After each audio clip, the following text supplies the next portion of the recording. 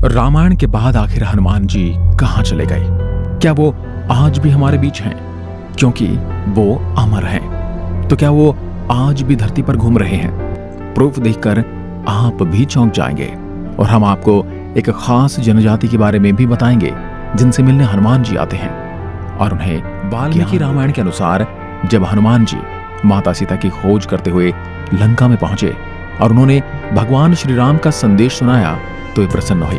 उसके बाद माता सीता ने हनुमान जी को अपनी अंगूठी दी और अमर होने का वरदान दिया। और तब से लेकर अब तक वे इस धरती पर हैं और कलयुग के अंत तक वह इस धरती पर ही रहेंगे, जब तक कल के अवतार का जन्म नहीं हो जाता और वो कलयुग का अंत नहीं करते थे। तब तक हनुमान जी धरती पर भ्रमण करते रहेंगे। त्रेता युग में जब तक श्री राम इस पृथ्वी पर थे तब तक हनुमान जी उनके साथ ही अयोध्या में रहे और उनकी सेवा करते रहे। और श्री राम के जाने के बाद हनुमान जी वन में चले गए और उसके बाद उन्होंने पूरे त्रेता युग वहीं पर बिताया। इसके बाद त्रेता युग में हनुमान जी के बारे में और कोई किस्सा सुनने को नहीं मिला था और त्रेता युग के बाद आया द्वापर युग। दोस्तों, रामायण के बाद महाभारत में 2 बार हनुमान जी के होने की बात की गई है, यानी कि त्रेता युग के खत्म होने के बाद द्वापर युग में भी इनके इसी धरती पर होने की बात की गई है। पहली बार द्वापर युग में हनुमान जी का जिक्र भीम द्वारा किया गया था। जब भीम जंगल में थे तो रास्ते में उन्हें एक बुजुर्ग वानर मिला। भीम ने उन्हें अपने रास्ते से हटने के लिए कहा, लेकिन उस वानर ने कहा कि तुम ही हटा दो, मुझ में इतनी शक्ति नहीं रही। तब भीम ने अपनी पूरी शक्ति लगा दी पर उस वानर को हिला तक न सके। तभी भीम समझ गए कि ये कोई साधारण वानर नहीं है। फिर भीम ने उनसे क्षमा मांगकर उस वानर से अपना असली रूप दिखाने के लिए कहा। वे हनुमान जी थे। तब भीम को बहुत ही आश्चर्य हुआ था। भगवान हनुमान जी को देखते ही भीम हैरान हो गए थे। वे उन्हें देखते ही एकटक बस देखते रह गए। उन्हें यकीन ही नहीं हो रहा था कि सच में ये हनुमान जी हैं। असल में भगवान हनुमान जी भीम की शक्ति का घमंड तोड़ने का सबक देने आए थे। उस वक्त भीम को अपनी शक्तियों पर बेहद घमंड हो गया था। उसे ही तोड़ने के लिए हनुमान जी ने ये किया था। इसके बाद हनुमान जी अर्जुन के रथ पर उनका ध्वज बनकर पूरे महाभारत के युद्ध में उनकी रक्षा करते रहे। जब अंत में हनुमान जी अपने असली रूप में आए और वहां से चले गए, तब उसके कुछ क्षणों बाद अर्जुन का रथ युद्ध में राख बन गया था।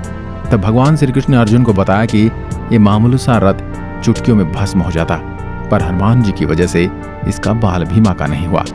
अर्जुन को इस बात पर यकीन ही नहीं हो रहा था कि उनके रथ की रक्षा कोई और नहीं बल्कि हनुमान जी कर रहे थे।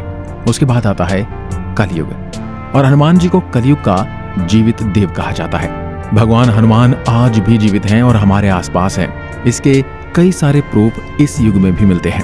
हिंदू धर्म ग्रंथों में सभी देवताओं के स्वर्ग में वापस जाने की कहानियां देखने और सुनने को मिलती हैं, लेकिन इन सबसे अलग है हनुमान जी।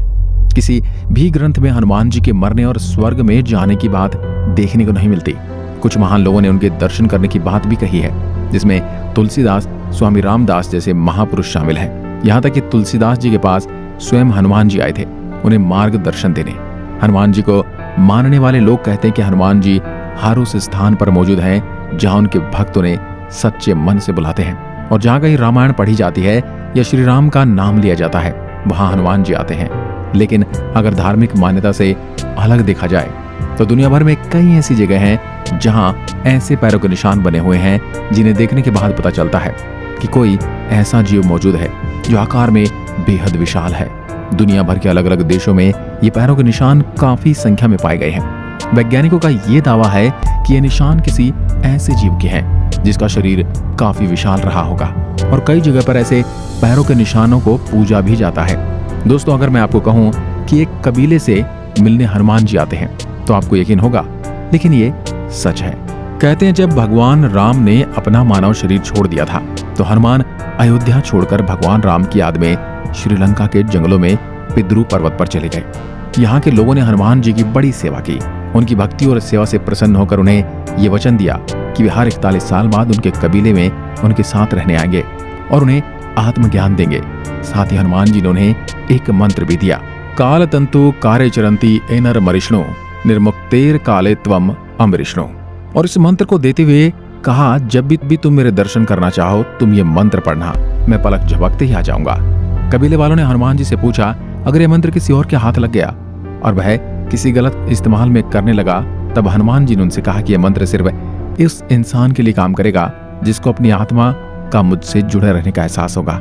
और जहां यह मंत्र पढ़ा जाएगा वहां से 980 मीटर तक ऐसा कोई भी इंसान नहीं होना चाहिए जो मुझ में विश्वास न रखता हो। ये जंगली आदिवासी समुदाय आज भी और श्रीलंका के जंगलों में एकदम समाज से बाहर, एकदम दूर है। इनका रहन सहन, पहनावा और भाषा भी एकदम अलग है। सेतु संगठन के अनुसार इस कबीले के समूह को मातंग लोगों का समाज कहा जाता है। ये समुदाय के लोगों को काफी ज्ञानी कहा जाता है। उनके पास आम लोगों से ज्यादा ज्ञान है। इस समुदाय पर लोगों का ध्यान तब गया जब राम सेतु संगठन ने उन्हें और अच्छी तरह जानने के लिए जंगली जीवन शैली अपनानी शुरू की और उनसे संपर्क साधना शुरू किया। उन समूह से जो जानकारी उन्हें मिली वह बेहद ही चौंका देने वाली थी। अध्ययनकर्ताओं के अनुसार मातंगों के हनुमान जी के साथ विचित्र संबंध है। फिर उनके विचित्र गतिविधियों पर गौर किया गया तो पता चला यह सिलसिला रामायण काल से चला आ रहा है। जब हनुमान जी उनके साथ होते हैं तब वह गतिविधियां करते हैं। सेतु संगठन के अनुसार जब हनुमान जी मातंगों के पास हर 41 साल के बाद रहने आते हैं उस समय उनके द्वारा किए गए कार्यों और उनके द्वारा बोले गए शब्दों का प्रत्येक मिनट का वर्णन उन आदिवासियों के मुख्य बाबा मातंग अपनी हनु पुस्तिका में नोट करते रहते हैं। उनके हिसाब से जब 2014 में जब हनुमान जी यहाँ आए थे तो उस दौरान हनुमान जी द्वारा बताई गई सभी लीलाओं का विवरण भी इस पुस्तिका में नोट किया गया है। सेतु संगठन ने यह भी दावा किया है कि उनके संत बिद्रू पर्वत की तलहटी में स्थित अपने आश्रम में एक पुस्तिका को समझकर इसका आधुनिक भाषा में अनुवाद करने का प्रयास कर रहे हैं। लेकिन इन आदिवासियों की भाषा इतनी पेचीदा है तो हनुमान जी की लीलाएं भी उससे कहीं ज्यादा पेचीदा बताई जा रही हैं, जिस कारण इस पुस्तिका को समझने में काफी समय लग रहा है।